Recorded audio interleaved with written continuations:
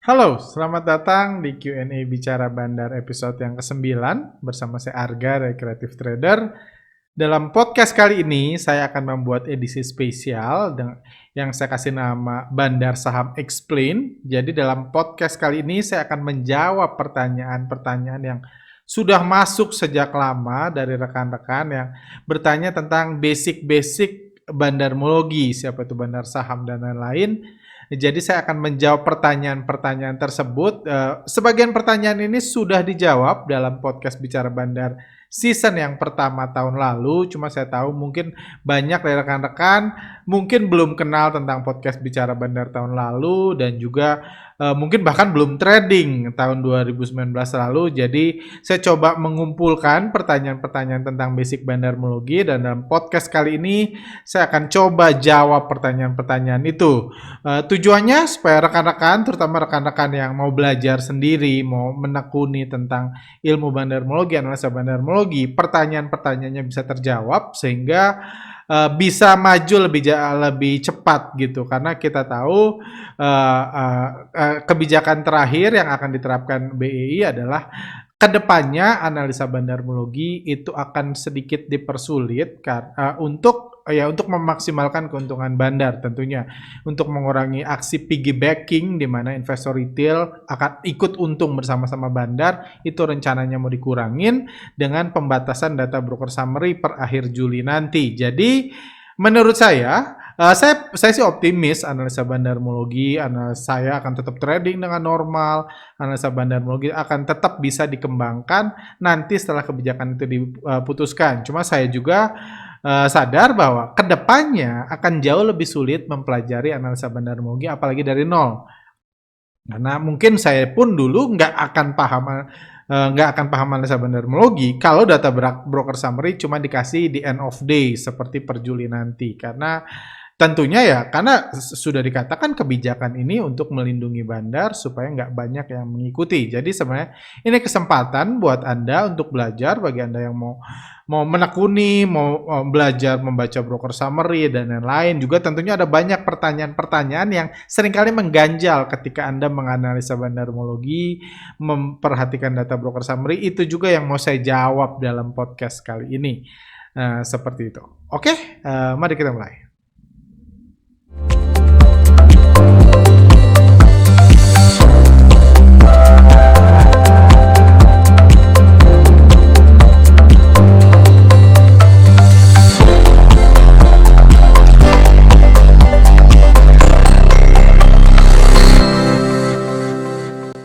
Oke, pertama saya akan menjawab pertanyaan yang paling umum, sebagian saya rasa sudah tahu, cuman saya akan menjawab dulu pertanyaan tentang siapa itu bandar saham.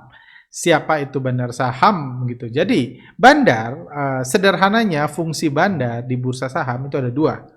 Ada yang namanya liquidity provider, bandar saham itu dalam bahasa Inggrisnya sering disebut market maker. Ada yang pertamanya namanya liquidity provider, ada yang namanya price maker. Liquidity provider adalah pihak-pihak yang nebelin antrian. Antrian pagi-pagi tebal di bid, di offer, jadi sahamnya liquid, itu tugas liquidity provider.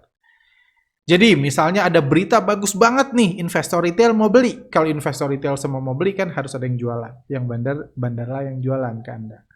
Kayak gitu. Makanya biasanya kalau ada berita bagus harga malah turun karena bandar jualan. Atau kalau ada berita jelek banget nih retail pengen cut loss semua. Kalau retail pengen cut loss semua, butuh ada yang beli kan. Bandarlah yang akumulasi. Ketika Anda panik, itu jadi umumnya ketika Anda cut loss, harga saham naik. Setelah Anda cut loss, harga saham naik. Jadi itu fungsi liquidity provider. Saham tanpa liquidity provider akan sepi, antriannya tipis dan lain-lain. Itu juga sebabnya seringkali kita lihat ada saham-saham yang antriannya di cancel tiba-tiba. Karena yang bertugas nebelin antrian bandar, berarti mereka bisa cancel tiba-tiba sebelum mereka banting, itu pun bandar. Itu fungsi pertama, liquidity provider. Yang kedua adalah price maker, yaitu yang mengatur pergerakan harga saham. Kapan harga naik, kapan harga turun. Misalnya keputusannya nanti jam 10.21 harga batu bara semua naik. Nah yang naikin itu bandar, bukan batu bara. Bukan perusahaan. Yang naikin itu bandar. Tiba-tiba PTBA, Adaro, ITMG, Indi, semua naik. Misalnya jam 10.21 itu bandar yang melakukan. Atau misalnya ketika Pak Jokowi divaksin, harga saham farmasi itu ARB berjilid-jilid selama 12 hari. Itu yang mengatur bandar. Retail nggak mau ARB berjilid-jilid. Bahkan murka, dendam, dan lain-lain. Cuman retail tidak bertugas mengatur pergerakan harga saham. Retail hanya menebak-nebak pergerakan harga saham atau mengikuti pergerakan bandar. Retail nggak berhak. Anda menganalisa Bandarmologi pun bukan berarti Anda punya hak. Saya udah menganalisa Bandarmologi udah 12 tahun lebih kayak gitu. Tapi saya nggak punya hak tuh memutuskan untuk besok saham saya diarahkan ya. Bukan, saya nggak punya hak karena saya hanya retail. Saya hanya copet, saya hanya penumpang yang ngikutin pergerakan bandar. Yang nyetir tetap Anda. Jadi itu namanya price maker. Yang mengatur pergerakan harga saham. Kapan arah, kapan ARB, dan lain-lain. Laporan keuangannya labanya naik 50%. Besok naik atau turun? Nggak tahu yang mutusin bandar. Kita cuma nebak. Ada yang bilang naik, ada yang bilang turun. Kalau kita tebak-tebakan. Kayak gitu. Itulah bandar. Jadi bandar seringkali juga saya bilang sebagai sutradara. Suatu pergerakan harga saham. Oke, saya lanjut. Saya masuk ke pertanyaan sekarang. Saya akan coba jawab sebanyak mungkin pertanyaan yang masuk. Kalau bisa waktunya nggak sampai 45 menit. Biar nggak terlalu panjang. Pak Arga, saya mau tanya. Pertama, jika diibaratkan bandar itu adalah sutradara dalam sebuah film, faktanya banyak film yang nggak laku dan akhirnya rugi. Apakah itu juga terjadi dalam saham? Yes, itu bisa terjadi. Jadi banyak yang beranggapan jadi bandar itu enak. Jadi bandar enak. Kenapa? Dia tahu dong harga naik, harga turun. Ya iyalah. Kayak Anda jadi supir mobil, Anda tahu kapan belok kiri, kapan belok kanan, karena yang belokin Anda. Tapi bukan berarti ketika dia tahu kapan naik, kapan turun, bukan berarti dia otomatis untung, kan? Belum tentu. Otomatis kaya, kayak gitu enggak. Kapan naik, kapan turun, bukan berarti dia otomatis untung. Karena untung itu bukan tahu kapan naik, kapan turun bagi bandar. Kalau bagi retail, tahu besok naik, hari ini beli, besok jual. Karena kita nggak naikin. Bagi bandar kan bandar naikin harga. Bandar yang naikin. Jadi bandar ngeluarin modal buat naikin. Jadi belum tentu untung. Jadi apakah bandar bisa rugi? Film bisa nggak laku? Bisa. Saya pernah kenal curhatan kenalan saya yang dia pernah jadi salah satu tangan kanan bandar. Dia bilang, wah kadang-kadang kita udah repot-repot ngumpulin di bawah, akumulasi di atas, akumulasi, terus pas jualan tiba-tiba ada bandar lain yang manggung.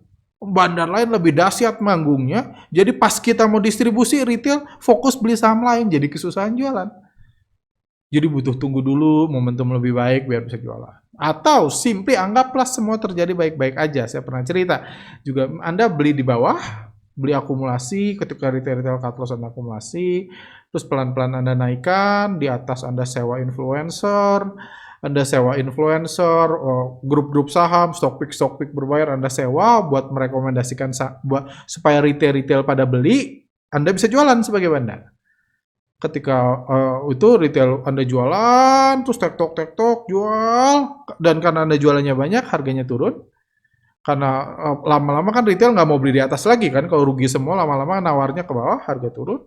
Dan dihitung-hitung. Modal akumulasi di bawah, modal markup, tek-tok ketika naik, modal bayar influencer, modal bayar media atau segala macam, fee transaksi dan lain-lain, sama keuntungan dari selisih beli dan jual, rugi. Itu pun bisa. Makanya saya bilang, saya persiapan jadi bandar, berapa persen saya ada di posisi itu, ya saya nggak tahu. Cuma yang pasti itu infrastruktur yang besar, butuh modal yang besar, sama aja buat jadi sutradara film butuh modal yang besar. Butuh skill, butuh pemahaman, butuh fee yang rendah, dan lain-lain. Butuh margin, dan lain-lain. Jadi banyak yang harus disiapkan. Jadi bandar itu nggak mudah, jauh lebih susah untuk jadi bandar daripada jadi retail. Lanjut. Udah 6 menit. Mau tanya Pak, gimana mengetahui bandar itu average pembeliannya berapa dan jumlah lot yang dia punya berapa banyak? Terima kasih sebelumnya. Jumlah lot itu sesuatu yang tidak perlu. Kalau Anda mau menganalisa Bandarmologi, jumlah lot itu sesuatu yang tidak perlu Anda analisa. Karena hanya akan melelahkan Anda dan nggak akan memberikan kegunaan buat Anda. Saya coba kasih tips supaya Anda bisa menganalisa dengan lebih mudah. Kenapa? Karena nggak ada jaminan sebelum bandar mengakumulasi, bukan hanya nggak ada jaminan, hampir tidak pernah sebelum bandar mulai melakukan akumulasi. Misalnya bandarnya akumulasi nih, dari awal Januari sampai akhir Januari. Dari awal Januari sampai akhir Januari itu bandar beli 100.000 lot. Oke, penting dong tahu 100.000 lot. Oke, 100.000 lotnya anggaplah dikasih tahu. Saya ngasih tahu bandarnya akumulasi 100.000 lot. Cuman pertanyaannya, apakah sebelum dia beli dari Januari sampai awal Januari sampai akhir Januari itu bandar nggak punya saham? Most of the time dia udah punya 2 juta lot. Kayak gitu. Cuman 2 juta lotnya Anda nggak tahu. 2 juta lotnya Anda nggak tahu, yang Anda tahu 100.000 lot. Efeknya apa? Efeknya jadi bisa diakumulasi Januari, dari awal Januari sampai akhir Januari, bulan Februari dinaikin, terus di atas dipom-pom, dipromot di mana-mana, keluarin berita bagus, bandarnya jualan. Bandarnya udah jual 100.000 lot, karena Anda analisa, kan Januari akumulasi 100.000 lot. Berarti kalau bandarnya jual 100.000 lot, udah habis dong barangnya. Jadi Anda langsung beli, padahal bandarnya bisa jual 500.000 lot lagi. Karena dia udah punya banyak. Jadi itu nggak membantu Anda. Nggak membantu Anda untuk mendeteksi berapa banyak saham yang, berapa lot bandar yang miliki, itu nggak bantu. Yang penting adalah Anda ikuti pergerakannya. Selama bandarnya ngumpulin Januari, Anda ikut. Kalau dia dinaikin Februari, Anda lihat di markup. Di bulan Maret dia distribusi di atas, dipom-pom, keluarin berita bagus, bandarnya jualan, Anda jual. Itu lebih penting daripada hanya fokus mengetahui berapa lot yang dimiliki, karena itu akan buat Anda capek. Itu pertama. Untuk ngitung average-nya gimana? Ngitung average-nya bagi saya, hitung aja average akumulasi bulan Januari. Average harganya. Kalau dia akumulasinya cuma bulan Januari aja. Hitung akumulasi di situ, itu udah enough. Karena kalau kalau bulan Januari bandar sampai beli, misalnya ngabisin uang 50M untuk akumulasi di average 1.200, saya sih yakin dan menurut riset, umumnya dia akan jual di atas 1.200, at least uang, berapa tadi? 10M tadi. Saya lupa, 20M tadi, kayak gitu. Jadi itu fokusnya. Nggak usah fokus ngitung average-nya gitu, kalau lotnya nggak usah dipusingkan. Cara menanggulangi bandar yang mengakumulasi dan mendistribusi dengan broker yang berbeda-beda. Jangan fokus di satu broker. Itu akan menyulitkan Anda. Bandar pasti menggunakan banyak broker. Jadi jangan fokus hanya karena hari ini KZ beli, hanya karena ini MG beli, berarti bandar hanya akan jual pakai MG atau pakai KZ. Dia bisa pakai jualan yang lain. Jadi Anda perhatikan broker-broker apa aja yang digunakan oleh bandar. Anda lihat banyakan dia beli atau banyakan dia jual. Karena seringkali dia beli dari diri dia sendiri juga buat naikin harga. Kalau banyakin yang dia jual, broker-broker yang dipakai bandar, berarti bandarnya distribusi. Kalau banyakan yang beli, berarti bandarnya akumulasi. Walaupun MG mungkin kemarin beli, sekarang jual. Tapi KZ beli lebih banyak. Itu sama, itu bandar yang sama. Seperti itu tips sederhananya. Kalau bandar menguasai market, berarti bandar juga menguasai media, atau media juga bagian dari bandar yang bisa ngeluarin berita kapan mereka mau. Ini bisa, cuman nggak harus seperti itu. Beberapa waktu lalu saya ngobrol tentang ini menjadi bandar gitu, saya ngobrol dan ada pertanyaan masuk kurang lebih adalah, berarti kita kira-kira berapa banyak nih biaya yang harus kita keluarkan untuk misalnya ngebayar media, kerjasama dengan media. Misalnya saya punya perusahaan ini busuk nih mau dijual kayak gitu, dijual biar populer, dia kalau bisa diberitakan kan. Memberitakan media, dibilang mau diakuisisi lah, dibilang mau ini, mau punya rencana digital dan lain-lain. Intinya saya mau jualan harus dibagus-bagusin kan pakai media. Harus bayar berapa media? Saya bilang, ya bayar itu bisa jadi satu opsi, tapi menurut saya kalau ada saham busuk digoreng, media kan pengen memberitakan, terlepas dari ada koneksi atau enggak kita media. Karena media tahu, pembaca suka membaca berita saham yang digoreng. Karena retail diedukasi, kalau ada saham lagi dinaikin, diarahin, alasannya apa nih? Kan retail di doktrinnya kayak gitu kan, dicuci otaknya kayak gitu. Ini alasannya apa nih naik? Dia pengen tahu alasannya apa. Berarti kalau media pengen banyak pembaca, dia harus ngasih alasan. Alasannya nggak mungkin alasan jelek kan? Kalau alasan jelek, nanti alasan jelek kok harga naik. Nggak percaya, nggak dipercaya media itu. Jadi harus cari kebaikan-kebaikannya. Beberapa minggu lalu, bank-bank mini digoreng-goreng, dibilang ini mau rencana digital. Rencana digitalnya udah ada atau belum? Belum. Benar-benar mau dilaksanakan atau enggak? Enggak peduli media. Yang penting kasih berita bagus. Jadi media akan secara otomatis ngepom-pom di forum-forum saham tanpa di media berita tanpa maksud atau tanpa kerjasama. Jadi bisa aja media ngasih berita bagus tanpa kerjasama. Ketika Antam digoreng, berita Tesla itu digoreng-goreng. Walaupun Teslanya mungkin gak jadi kayak gitu. Cuma ya digoreng-goreng aja. Apakah ada kepastian lebih dulu dan sekarang? Sama-sama gak ada kepastian. Cuman ya media, karena retail itu kan didoktrinasi kayak gitu. Kalau naik pasti ada berita bagus. Akan-akan berita bagus itu keluar sebelum harga naik. Salah, harga dinaikin dulu, digoreng bandar dulu, baru media cari berita bagusnya. Seperti itu. Jadi nggak ada berita titipan, tapi nggak semua berita titipan. Beberapa, kalau Anda ngegoreng saham busuk pun, kalau memang sahamnya fenomenal banget, akan ada berita bagusnya. Sama ketika saham KF dan INAF digoreng-goreng kan dikeluarin dihubung-hubungkan sama vaksin. Sekarang udah ada vaksin, gak ada yang ngehubungin lagi. Vaksinnya udah disuntikin tiap hari, gak ada yang ngehubungin sama KF sama INAF lagi. Kenapa? Bukan karena nggak ada hubungan atau ada hubungan, karena nggak digoreng sahamnya. Kalau digoreng bisa dihubungin lagi. Kayak gitu. Bagaimana opportunity pada saham IPO di era stock market 2.0 menurut Bang Arwa? Biasa aja, good. Menurut saya, yang pasti saat ini ada banyak uang investor retail masuk ke bursa. Artinya uang itu bisa dimanfaatkan oleh mereka-mereka yang mau jual perusahaan rencana digital, jual perusahaan yang mau dia tutup, atau simply perusahaan bagus yang mau dia jual ke publik karena ada uang di market, uang itu bisa diserap buat mereka. Jadi menurut saya di 2021 ini akan ada banyak perusahaan IPO dan basically nggak terlalu berubah sih market saham IPO.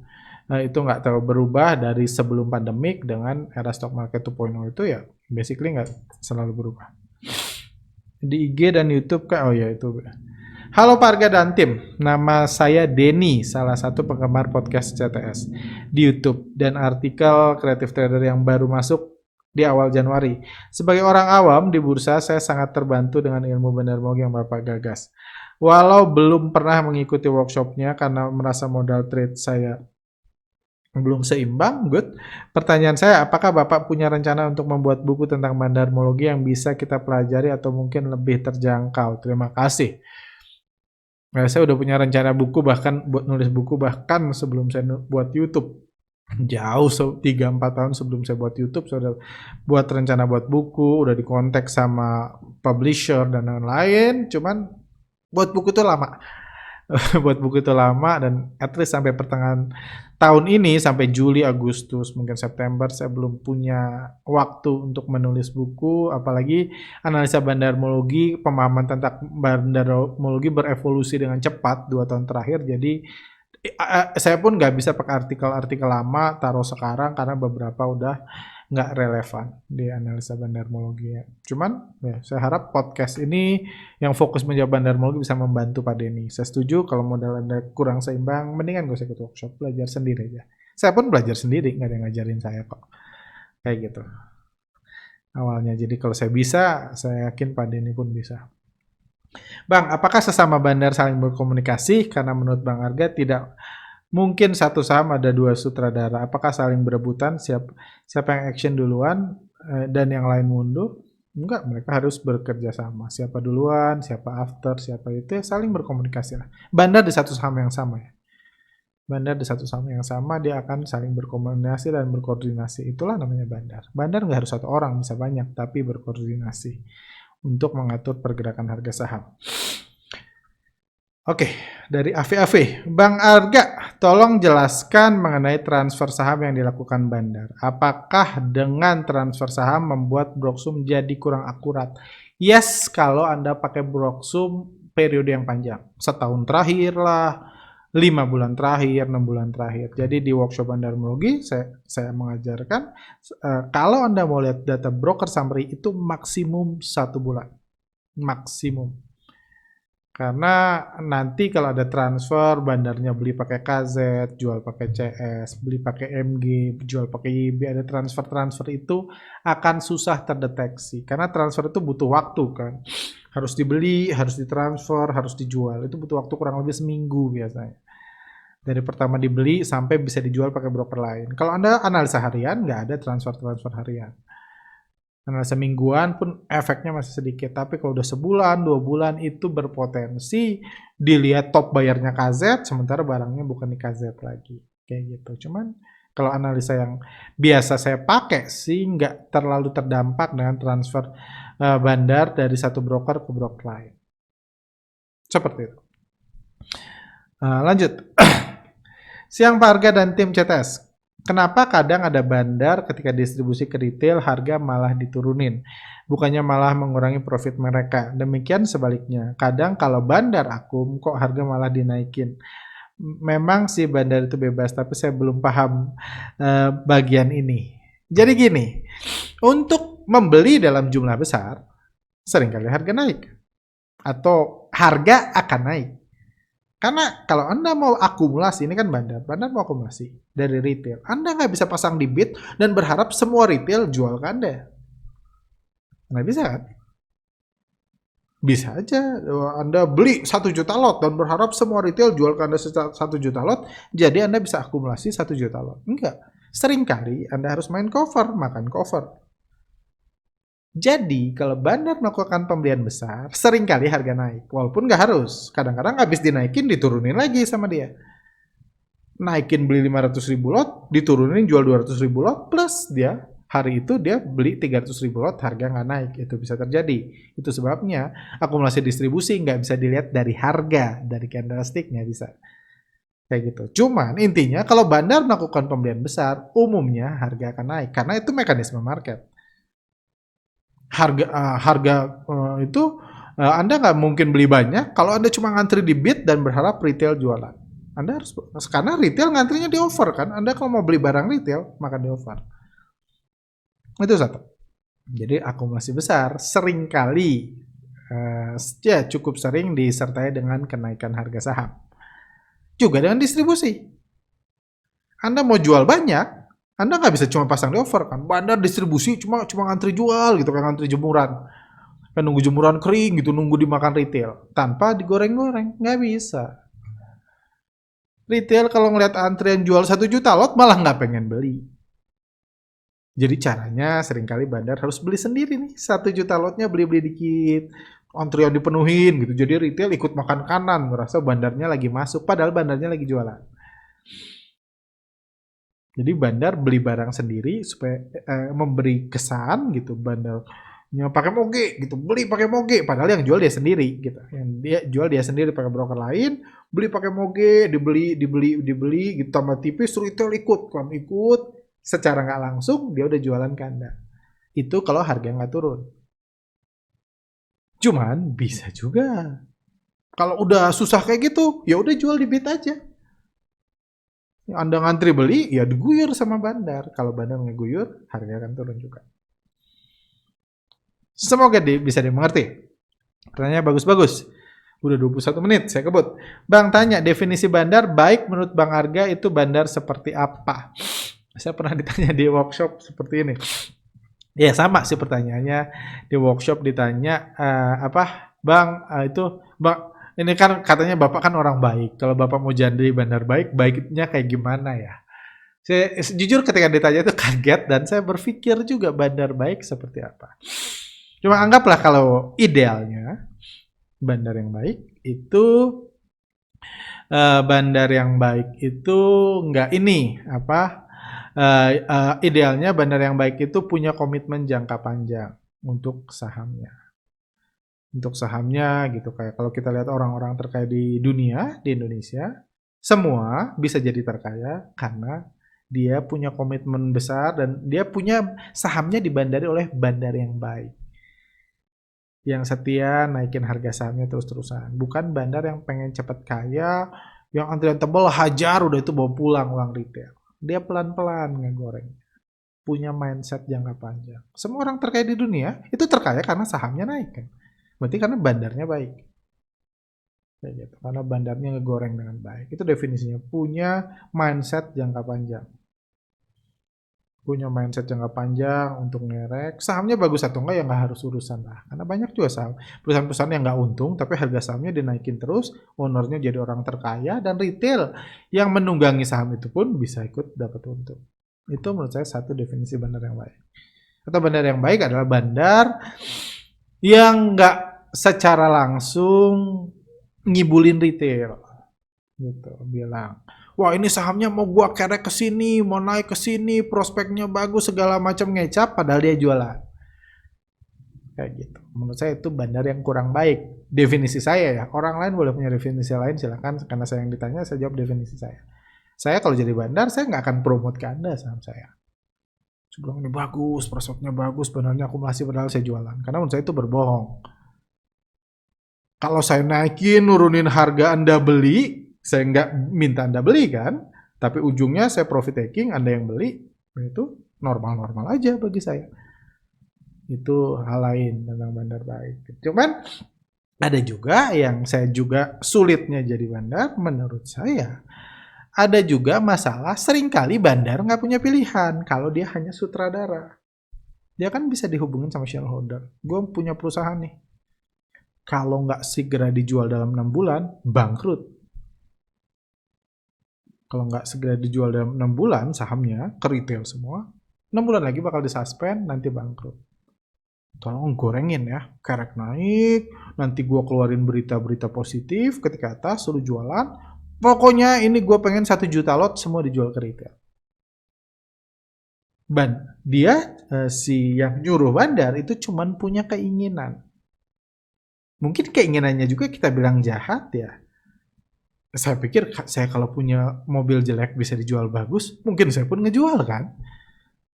Kayak gitu. Apakah saya jahat ya? Nggak bisa juga kan. Kita ngomong baiknya aja. Menurut saya baik kayak gitu. Ya mungkin cuman, jadi artinya apa? Kalau si shareholder itu datang ke saya sebagai bandar, saya bisa milih. Saya nggak ada cara baik nih, nggak ada cara pengen baik, punya komitmen jangka panjang digoreng terus, nanti bangkrut. Kalau bangkrut harganya nol kan. Sebelum bangkrut memang harganya bisa dinaikin ribuan persen, tapi pas bangkrut kan jadi nol. Dan perusahaannya udah saya datang, saya dalam kondisi bangkrut. Itu yang buat susah kalau sebagai sutradara. Jadi tentunya salah satu yang makanya saya cerita ke progres dari bandar adalah saya pengen cari nih perusahaan yang IPO dengan tujuan jangka panjang. Ya sambil cari perusahaan-perusahaan yang IPO, sambil bantu teman-teman yang mau IPO, siapa tahu bisa kerjasama. Jadi ada bidang itu juga. Saya juga kenal dengan beberapa orang yang kenal dengan Pak Beni Cokro, yang sekarang ditahan, katanya dia orang baik secara pribadi. Ya, saya nggak kenal dia secara pribadi, cuma beberapa yang kenal dia orang baik kok. Nah, ya kembali lagi kan, cuman hukum yang nggak ada urusan saya ngerasa dia baik atau jahat kan ada hukum kayak gitu. Lanjut. Tadi pertanyaannya apa lagi? Oh, udah. Oke. Mohon dijawab. Bagaimana jika sudah lumayan bisa membaca pergerakan bandar tapi selalu kalah dengan psikologis kita yang biasanya susah untuk dikendalikan? Saya beberapa kali yang dapat profit akhirnya karena FOMO dan lain-lain akhirnya malah jadi nyangkut padahal udah tahu bandar udah mulai jualan. Mohon dijawab Pak biar bisa profit nggak berakhir nyangkut dan cut loss banyak lagi. Ini udah urusan psikologis sih, mungkin next time saya buat kayak gini juga urusan psikologis. Karena psikologis panjang dan yang nggak ada urusan sama bandar. Intinya Anda tahu bandar jualan, cuma Anda nggak jualan. Itu udah masalah psikologis. Bukan masalah analisa lagi. Saya skip dulu mungkin pertanyaan dari ini. Bagaimana cara analis foreign flow yang membaca pergerakan investor asing di bursa kita sampai tahun depan?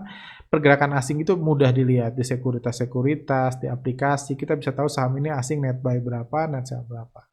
Kalau Anda yakin saham itu di bandar asing, Anda ikutin asingnya. Sesederhana itu. Nanti Maret tahun depan itu hanya sedikit orang yang akan bisa mengakses data foreign flow. Karena datanya akan ditutup buat umum. Kayak gitu. Nah, jadi ya kalau sekarang sih seperti itu. Nanti kalau memang masih ada akses yang kami bisa berikan, mungkin tahun depan kami kasih tahu lagi. Kalau enggak ya hanya yang punya riset, punya data cukup baik aja yang bisa menganalisa pergerakan asing per Februari depan. Februari tahun depan. Maret tahun depan. Dia ditutupnya bulan Februari kan. Bang, apa benar fundamental tidak ada gunanya kalau bandar nggak menggoreng sahamnya? Nggak juga. Fundamental ada gunanya kalau Anda pengen dapat dividen. Kayak gitu kan. Fundamental. Ya kalau Anda dividen, Anda mau beli saham, pokoknya saya sih yang penting dapat dividen Rp3 setiap tahun. Itu gunanya kan. Anda lihat 10 tahun terakhir, minimum dia kasih dividen Rp3 setahun. Kayak gitu. Rp3 gitu. Kalau Anda punya 1 juta lembar, berarti kan Anda dapat 3 juta setahun saham itu. Jadi ada gunanya kalau Anda dapat dividen. Fundamental juga berguna kalau perusahaannya bangkrut, tutup, harga sahamnya nol. Itu pun karena fundamental harga sahamnya nol. Karena kalau udah dituntut pilot, biasa disuspend. Kalau dinyatakan pilot sama pengadilan, di delisting sama bursa. Nggak boleh lagi bandarnya goreng. Itu juga efek fundamental. Kayak gitu. Jadi pertanyaannya bukan apa benar fundamental tidak ada gunanya kalau bandar tidak menggoreng sahamnya. Mungkin yang lebih tepatnya adalah harga saham nggak bisa naik kalau nggak digoreng bandar. Kayak gitu. Harga saham nggak, dan itu ya saya setuju, harga saham nggak bisa naik kalau nggak digoreng bandar. Sebagus-bagusnya perusahaan, kalau bandar jualnya terus, harga akan turun pelan-pelan. Kayak saham-saham konsumer. Seperti itu. Cuma ada gunanya ada. Tadi saya udah jelaskan gunanya. Seperti itu. Atau fundamental juga bisa membantu ketenangan. Tenang hati, nggak apa-apa nyangkut di ICBP. Kayak gitu. Nyangkut 3%, nyangkut 10%. Atau yang minggu kemarin ya, di podcast terakhir yang cerita dia udah nabung 5 tahun ICBP masih nyangkut. Mungkin dia jauh lebih tenang. Daripada nyangkut di perusahaan rencana digital. Yang rencananya belum tentu ada, banknya belum tentu ada. Kan? Jadi Anda takut. Lebih takut. Belum tentu nyangkutnya lebih besar di rencana digital daripada di ICBP. Cuman ICBP punya ketenangan. Jadi itu juga kegunaan analisa fundamental ngasih Anda kedamaian. Walaupun nyangkut bertahun-tahun. Seperti itu. Lanjut. Menurut Pak Arga, apakah era stock market 2.0 ini hanya akan berlangsung selama pandemik ini, dan setelah pandemik harga saham akan bergerak lagi sesuai fundamentalnya, atau kedepannya satu-satunya hukum yang berlaku di bursa saham adalah hukum kebebasan bandar? Nggak tahu. Saya jujur saya nggak tahu. Ya memang kita tahu di masa pandemik ini bagus nggaknya perusahaan udah nggak penting. Yang digoreng aja. Selama belum bangkrut akan digoreng-goreng. Bahkan kalau mau bangkrut pun ada baiknya digoreng dulu kan biar bisa dijual ke retail. Seperti itu.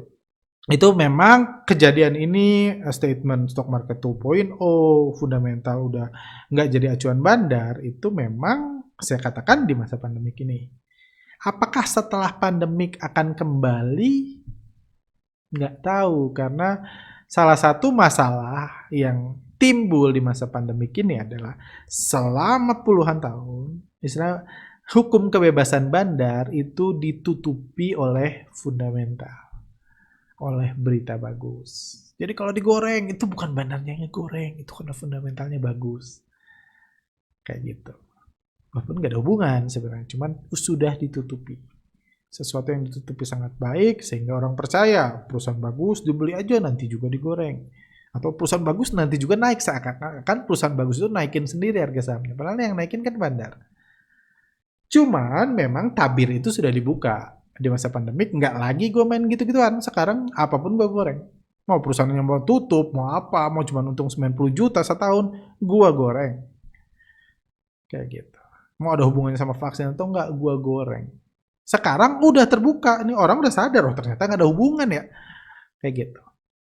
Jadi yang memutuskan ke depannya apakah bandar akan bergerak lagi sesuai fundamental atau enggak, itu bandar sendiri. Cuma menurut saya transisinya nggak akan ekstrim. Pandemik berakhir, normal akan otomatis ke situ. Mungkin akan ada sedikit ke arah situ, mungkin juga nggak. Saya nggak tahu, karena itu keputusan bandar. Yang pasti sekarang udah tahu. istilahnya orang akan aneh, ini saham fundamental bagus kok harga naik ya, bisa aneh gitu nanti. Karena memang apalagi yang trading di bursa kita saat ini setengahnya itu angkatan corona yang sudah tahu bahwa harga saham digoreng ya digoreng aja sama bandar, nggak ada hubungannya sama fundamental. Setengahnya udah tahu gitu. Ketika ada hubungannya lagi orang mulai bingung. Karena kalau dulu orang nggak tahu mayoritas harga saham digoreng bandar. Dikira wah karena fundamentalnya bagus, karena prospeknya bagus kayak gitu. Gitu. Jadi karena tabirnya sudah dibuka, belum tentu ditutup lagi. Masalah lainnya juga adalah sekarang Bitcoin dan cryptocurrency yang fundamentalnya pun nggak ada. Karena ya, sekarang sama bagi orang nggak butuh lagi fundamental. Yang penting bandarnya hot, ngegorengnya udah good enough. Lanjut. Apakah semua saham akan digoreng pada waktunya? Kecuali yang bandarnya diperkarakan? Nggak juga sih. Saham kalau udah dikuasai retail, ngapain juga digoreng? Misalnya saya tadi gitu kan, saya udah saya udah berhasil disuruh ngebuang barang gitu, dibuang. Perusahaannya mau bangkrut 6 bulan, akhirnya saya distribusi, misalnya diminta distribusi, dalam 5 bulan didistribusi, udah itu 6 bulan ternyata nggak bangkrut. Bangkrut nggak, tapi nggak bangkit lagi. Nggak bangkit lagi, barang udah nyangkut terus semua di retail nyangkut, ngapain digoreng lagi? Ya udah gitu. Belum bangkrut sih, tapi mungkin tahun depan bangkrut. Tahun depan nggak, tahun ini ternyata gitu. Nggak, tahun ini dikasih keringanan sama bank, jadi nggak dituntut pilot, jadi nggak disuspend. Tapi ya udah di retail kasih aja ke retail. Daripada harus ngumpulin lagi barang di retail digoreng lagi merepotkan. Tapi kalau kepemilikan bandarnya masih banyak, ya itu akan digoreng. Mau dia fundamentalnya bagus atau enggak. Seperti itu. Lanjut. Maaf newbie, apa bedanya konsep follow the giant-nya bandarmologi dengan follow the trend-nya analisa teknikal? Kenapa mengikuti bandar atau asing dilarang oleh BWI, sementara follow the trend boleh? Follow the giant itu ngikutin bandar. Kelebihan dari konsep follow the giant adalah bandar adalah manusia. Anda bisa ikuti manusia. Atau paling gampang asing, mengikuti asing. Ketika asing membeli, Anda bisa ikut membeli. Gitu kan mengikuti. Dia membeli, saya membeli kan. Kok dia membeli, saya menjual, Anda bertentangan. Dia belok kanan, ya dia membeli, saya membeli. Itulah follow the giant. Ngikutin asing. Ngikutin bandar. Ketika bandar akumulasi, kita ikut beli. Itu follow the giant. Apa bedanya follow the trend? Trend nggak bisa diikutin. Kenapa? Karena tren itu artinya tren bullish, harganya naik. Anda ngikutinnya gimana? Kalau harga naik. Saya udah pernah jawab ini, kalau harga naik apa? Apakah Anda trading naik ke meja gitu? Wah, saya naik ke meja, kenapa harganya naik? Atau trading sambil loncat-loncat? Kan Anda, apa yang mau Anda ikutin ketika harganya naik? Ketika candlestick hijau, Anda apa yang mau Anda ikutin ketika candlestick hijau? Kan nggak ada. Pakai baju hijau gitu. Karena kalau candlestick hijau, ya udah kan, karena nggak bisa ngikutin apa-apa. Apakah beli? Ya karena candlestick hijau nggak nyuruh beli. Ya beli sekarang, kalau besok merah disuruh jual. Hari ini hijau, bukan berarti besok akan hijau kan. Jadi itu yang membuat follow the trend itu nggak bisa diikuti. Follow the trend itu memang cocoknya buat komentator saham. Atau analisis teknikal itu dibuatnya sama wartawan. Jadi kita ikutin nih kayak pemandu sepak bola. Harganya naik guys. Harganya lagi naik nih. Besok turun. Wah besok reversal nih guys. Terus naik lagi gitu kan. Naik lagi. Oh ternyata kemarin itu dia ini support testing. Sekarang naik lagi. Anda hanya membahas. Tapi Anda masuk atau turun ya nggak tahu kan. Karena yang mutusin besok naik atau turun kan bandar. Kayak gitu. Itu bedanya. Kenapa mengikuti bandar atau asing dilarang oleh BEI? Kenapa tren nggak boleh? Ya karena candlestick nggak bisa ngelobi BEI kan. Tolong dong gitu. Kedepannya jangan dimunculin untuk candlestick itu siapa gitu. Ngeri juga kan kalau orang BEI ngobrol sama candlestick gitu kan. Lanjut. CT sering bahas kelebihan analisa bandarmologi, tapi setiap analisa pasti ada kelemahannya. Boleh kasih tahu apa kelemahan analisa bandarmologi? Kelemahannya mahal, kalau tanya saya. Riset bandar melogi itu mahal, butuh banyak source, butuh banyak percobaan, dan bisa berubah atau bahkan masalah kami 2 tahun terakhir itu cepat berubah. Saya cerita di podcast, kami pernah buat riset tentang mologi-mologian nih, yang dipom-pom influencer ini, kebiasaannya gimana? Karena kami tadinya berharap di awal tahun ini, berharap itu akan berlangsung sepanjang tahun, jadi berguna. Udah di riset berhenti mologi-mologinya. Kan repot. Jadi kebuang. Atau kami pernah riset gitu. Kami pernah riset ini. Kami tentukan 10 broker paling powerful di bursa saham yang paling ngefek terhadap pergerakan harga saham. Kok dia beli biasa naik, kok dia turun-turun. 10-nya kami ini, terus kami hitung di semua saham. Hari ini beli atau jual, hari ini beli atau jual. Itu ngumpulin datanya setengah mati, buat sistemnya setengah mati. 10 broker pada saat itu, udah 4-5 tahun lalu kami buat riset kayak gitu. 10 brokernya diikutin nih. 10 broker yang paling powerful. Kalau 10, 5 beli 3 jual, 7 beli 3 jual, dihitung 7 beli ini berapa lot, 3 jual berapa lot, angkanya kita masukin ke grafik. Itu buatnya mahal. Setelah kami buat, cek-cek nggak guna. Buang, kayak gitu ya. Anda nggak pernah tahu karena nggak pernah muncul di workshop, nggak apa ya, kami buangnya banyak, riset kami buang. Kayak gitu. Jadi kelemahannya itu karena bandar berevolusi, itu juga yang kami harapkan jadi sisi positif dari analisa bandarmologi ke depan adalah ketika piggybacking atau investor retail dikurang yang mengikuti bandar, kami harap evolusinya jadi lebih lambat, lebih mudah diikutin, walaupun datanya hanya end of day. Seperti itu. Lanjut, udah menit 38. Saya jawab beberapa lagi. Pak Arga, mau tanya, untuk bandarmologi sendiri seberapa efektifnya untuk mengambil keputusan buy atau sell? Dan apabila nanti Broksam ditutup, jadi metode apalagi yang retail gunakan untuk prediksi market ke depannya? Apakah balik ke fundamental dan teknikal, dan apakah benar ada isu kalau ARB dan ARA akan ditiadakan? Isu ARB dan ARA mau dilonggarkan itu selalu ada, ya kita tunggu aja sih. Saya percaya sih nggak akan selamanya 7% ARB. Cuma ARA 35 menurut saya nggak akan dihilangkan sih kayak gitu, kecuali memang pengen menyaingi bandar kripto, kepentingan situ, cuman saya rasa nggak kalau dihilangkan sama sekali. Apakah seberapa efektifnya mengambil keputusan untuk mengambil keputusan, ya saya pribadi kalau nggak menganalisa foreign flow-nya atau broker summary-nya, saya nggak beli saham. Ya bagi saya sih sangat efektif, cuma saya nggak bisa bilang semua itu. Saya kenal trader yang nggak menganalisa broker summary, dia tetap mau beli. Jadi ya itu personal lah ya, susah dijelaskan kayak gitu. Harus dicoba sendiri. Dan kalau ditutup, metode apa lagi yang retail gunakan? Ya data end of day paling.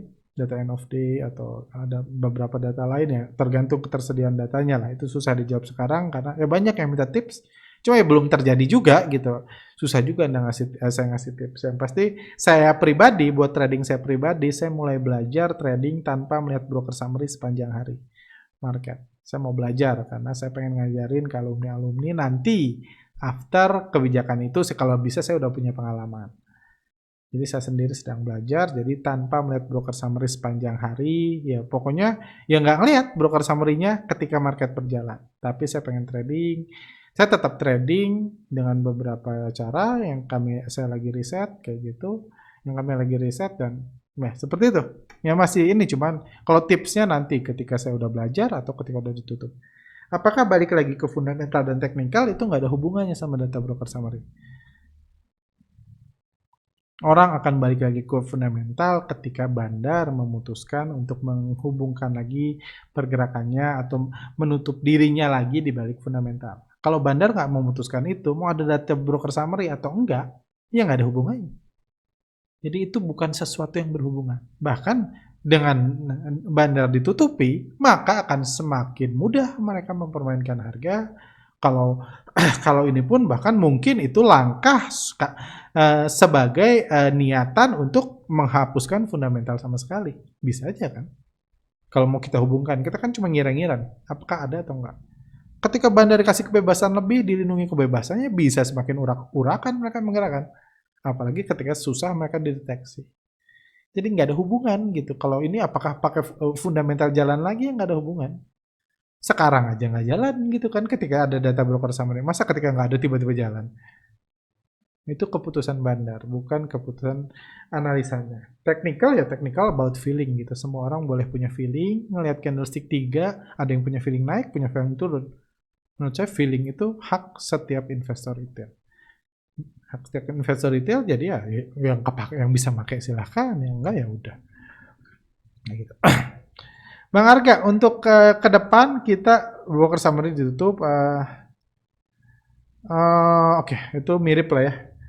Buku paling bagus buat pemula yang mudah dipahami Anda? Nggak ada sih. Ya, sama sih pertanyaannya. Saya belum, kalau bandarmologi, ya menurut saya Anda nonton podcast ini, Anda pelajari, nonton podcast yang lain, itu lebih bagus dari buku-buku bandarmologi yang pernah saya baca.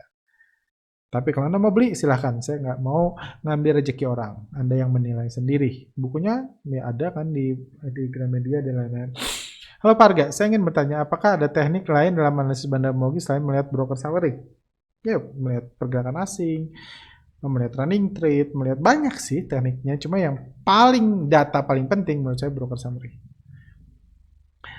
Bagaimana cara membedakan suatu transaksi benar-benar dilakukan oleh asing, bukan hanya lokal berbaju asing? Soalnya banyak saya temukan YPCC yang dikenal sekuritas retail, tapi ditandai dengan F, foreign flow. Terima kasih.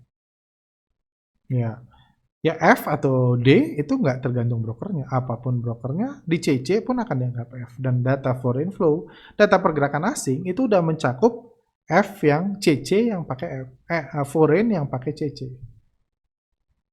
Foreign yang pakai atau ya foreign yang pakai CC, foreign yang pakai DX, foreign yang pakai BB. Itu 3 broker lokal yang banyak dipakai asing.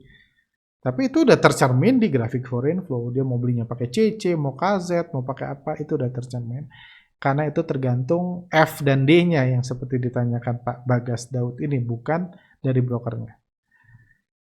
Lanjut, mungkin ini 2-3 pertanyaan terakhir. Izin tanya Pak, kenapa saat bandar akumulasi kemudian retail banyak ikutan masuk, harga langsung dibanting?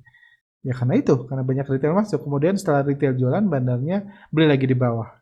Ya karena itu juga, karena dia bandar lagi ngumpulin, ada ngikut, mungkin bandarnya bisa marah. Atau daripada gue semakin banyak yang ngikut, nanti ngerepotin gue profit taking, gue suruh cut loss dulu, diturunin dulu. Makanya analisa bandarmologi fokusnya bukan ngasih stop pick, fokusnya mengajarkan Anda untuk melihat peluang supaya Anda bisa masuk sendiri. Jadi aneh ketika orang ngaku jangan analisa bandarmologi, dia jualan stock pick, ngebahas ini saham ini diakumulasi gitu. Gak ada peluang bisnis tapi dibahas di umum. Itu udah nggak jadi peluang lagi kalau kayak gitu kan. Kecuali dia pengen jualan, dia udah beli terus dibilang akumulasi, dia yang jualan. Kayak gitu. Jadi ya itu alasannya. Setahu saya karena bandarnya belum selesai akumulasi ini. Jadi berapa lotkah yang harus kita belikan agar kita tidak mengganggu bandar tersebut? Karena dari harga sahamnya kan beda-beda, blue chip dan gorengan. Berapa lot itu tergantung transaksi rata-rata bulanan, mingguan, dan lain-lain. Lotnya juga sangat beda. Kalau acuan saya biasa 3% dari rata-rata transaksi bulanan. Itu pun kalau sahamnya bukan saham yang lagi hype. Kalau lagi hype, lagi dipom-pom di mana-mana, saya biasanya prefer menjauh malah. Kayak minggu ini saham bank-bank mini, bank rencana digital digoreng-goreng, saya lebih fokus ke saham ayam-ayaman, karena itu nggak se-hype saham rencana digital. Dua lagi deh, apa yang harus kita lakukan kalau bandar melakukan akumulasi atau distribusi di pasar nego? Nggak usah dianggap. Simpelnya kayak gitu. Mungkin saya skip dulu, nggak usah dianggap kalau di pasar nego karena akumulasi bandar dari retail, kecuali sahamnya di 50, tidak bisa dilakukan di nego. Misalnya saya punya Java, bandar mau beli saham Java saya, bandar nggak bisa beli di nego, saya jualnya di reguler. Bandar mau jualan ke saya juga, bandar mau distribusi bumi, nggak bisa distribusi di nego karena orang belinya di reguler. Waduh, ini panjang. Ini terakhir deh. Horas menjuah-juah, perkenalkan saya Heber Hutauruk, PDT di pedalaman Kalbar yang 6 bulan ini intens sedang mempelajari saham. Saya juga trading.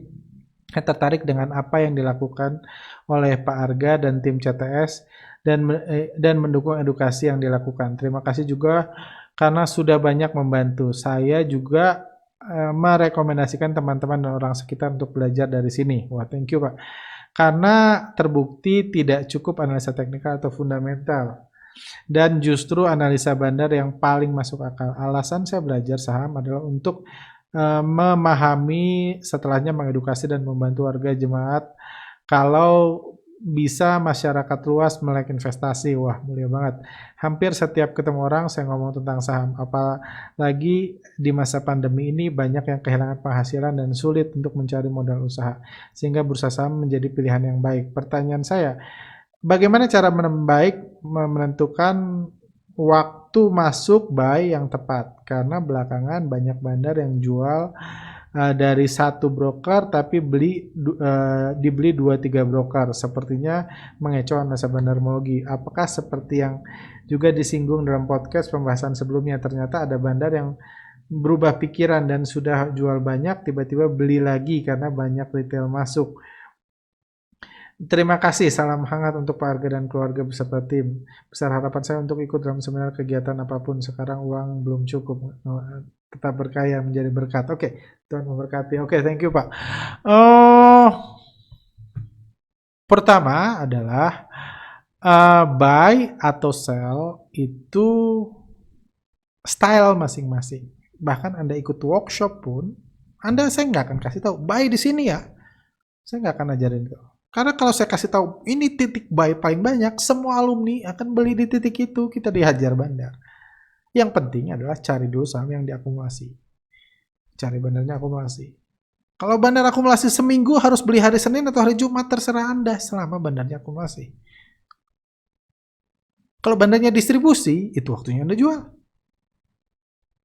Gimana kalau jual sekarang, besok di markup ya nggak apa-apa. Tapi Anda kan ngikutin bandar, Anda jual.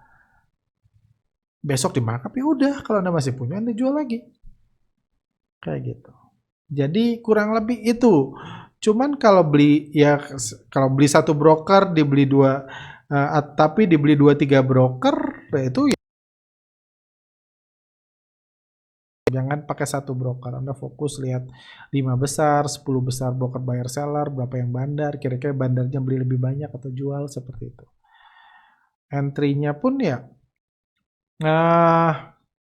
bagaimana cara terbaik menentukan waktu masuk yang tepat ya kurang lebih seperti itu.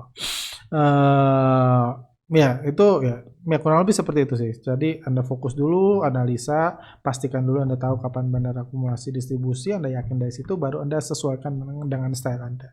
Apalagi kalau Anda mau mengajar.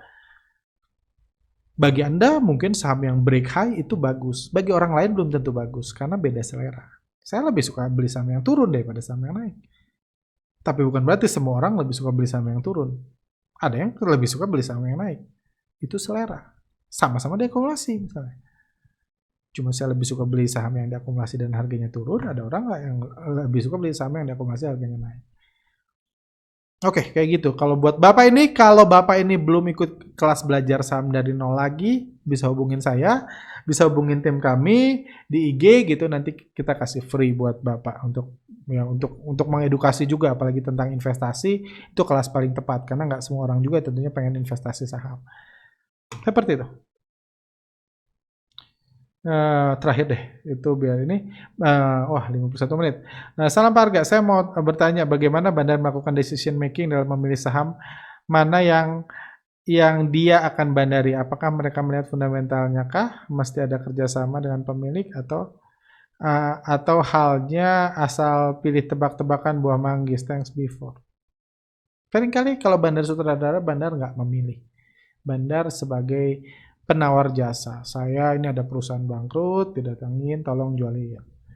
Atau saya pengen jadi orang ketiga terkaya di Indonesia, keempat terkaya di dunia, ini saya ada 2 perusahaan, biasa-biasa aja sih perusahaannya, cuma tolong gorengin. Saya ini beli bank di kampung di Bandung, bank-bank di kampung di Bandung, cuma nanti perusahaan kita mau merger, biar asetnya gede, tolong dinaikin. harganya. Jadi nggak memilih. Kalau ngomong bandar yang sutradaranya kayak gitu. Kalau bandar dari sisi shareholdernya, pemilik sahamnya, ya dia juga nggak memilih ya. Saya punyanya saham ini. Saya akuisisinya saham di bank kampung ini yang saya akuisisi. Dia nggak milih, saya sih pengen akuisisi BRI, kan nggak punya duit. Dia punyanya itu, jadi yang digoreng itu. Seperti itu. Oke, sampai sini aja. Niatnya saya cuma 45 menit, karena akhir-akhir ini podcastnya kepanjangan terus. Saya harap rekan-rekan bisa belajar something dari podcast khusus Bandar Saham Explain ini. Jadi kalau Anda, ya saya harap ada pertanyaan yang terjawab. Jadi kalaupun Anda mau belajar bandarmologi, misalnya kayak tadi, nggak ada budget atau mau cari buku nggak ada, saya harap Anda bisa terbantu dari podcast ini. Seperti itu. Silahkan Anda tulis komentar Anda kalau ada banyak pertanyaan lagi di bawah. Banyak ini mungkin 2 bulan ke depan saya akan buat bicara bandar podcast sejenis untuk menjawab pertanyaan bandarmologi lagi sebelum bulan Juli nanti, karena saya percaya kalau Anda mau riset, itu akan jauh lebih cepat Anda belajarnya ketika data broker summary dibuka secara umum sepanjang hari daripada ketika end of day nanti. Karena akan jadi lebih sulit, karena memang tujuannya itu supaya lebih sulit untuk mempelajari pergerakan bandar nanti ketika ditutup. Kami pun bekerja keras dalam periode ini, takutnya ada riset-riset yang kami mungkin nanti pengen lakukan, nggak bisa dilakukan lagi karena datanya sudah end of day. Jadi kami pun coba nambah kru baru lah, kerja sama-sama ini untuk melakukan riset, dan saya rasa Anda pun bisa melakukan riset yang sama. Oke, thank you buat rekan-rekan. Sampai jumpa di lain kesempatan. Sehat selalu.